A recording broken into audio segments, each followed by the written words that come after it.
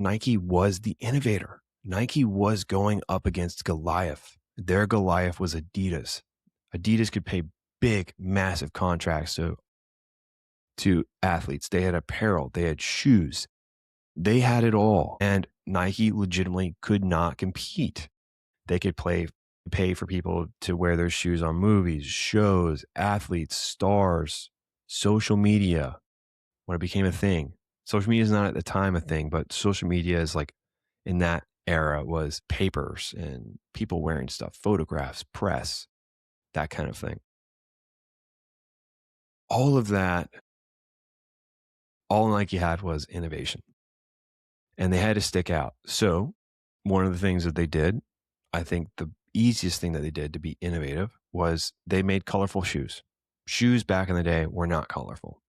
Nike made very colorful shoes, high contrast colors. They popped. The other thing they did was they changed the color of their shoe boxes. They went from a blue and a black to bright orange. That bright orange Nike shoebox is iconic because back in the day when Nike was becoming a company, all the shoe boxes were similar colors. And then Nike was like, we need to stand out against the wall of blue and black. We need bright orange. And bright orange became a staple within Nike. They did all sorts of things to try to be innovative, but first thing that they did was try to pop.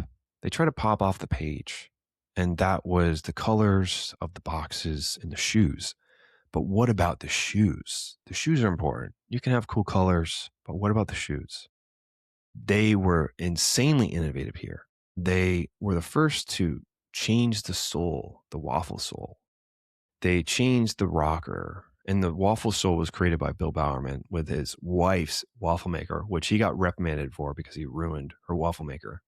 And then I think he ruined like 3 more waffle makers before he perfected the formula and sent it over for the factory to create samples. Just the level of innovation that they had, the Gatorade stuff I talked about, which wasn't them. They didn't invent Gatorade, but they were just constantly just every little thing Bowerman was getting his hands into.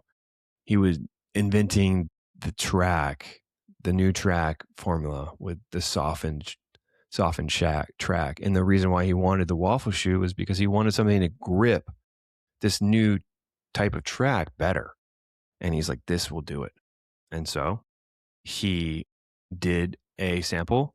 He created all these formulas and ruined those waffle makers, created a sample with the factory, and then he threw it on an athlete's shoe and had him run a race. He killed it.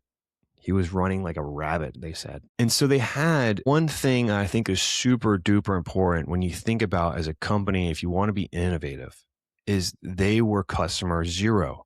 Bowerman was constantly experimenting on his athletes to get the most out of them with nutritional stuff, weird goos, as I talked about, hydration, recovery methods, and shoes.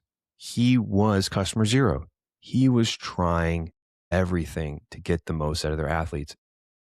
And you can see that in the results that he had. I mean, 51 All-Americans and 30 plus Olympians is insane.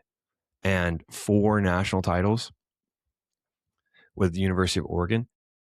He's a legend. But Nike was able to innovate at a faster pace because they had a team of people running every day.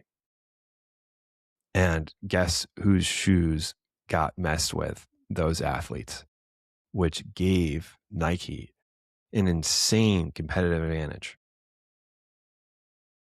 which is important when you're thinking about building a company and you're launching a product.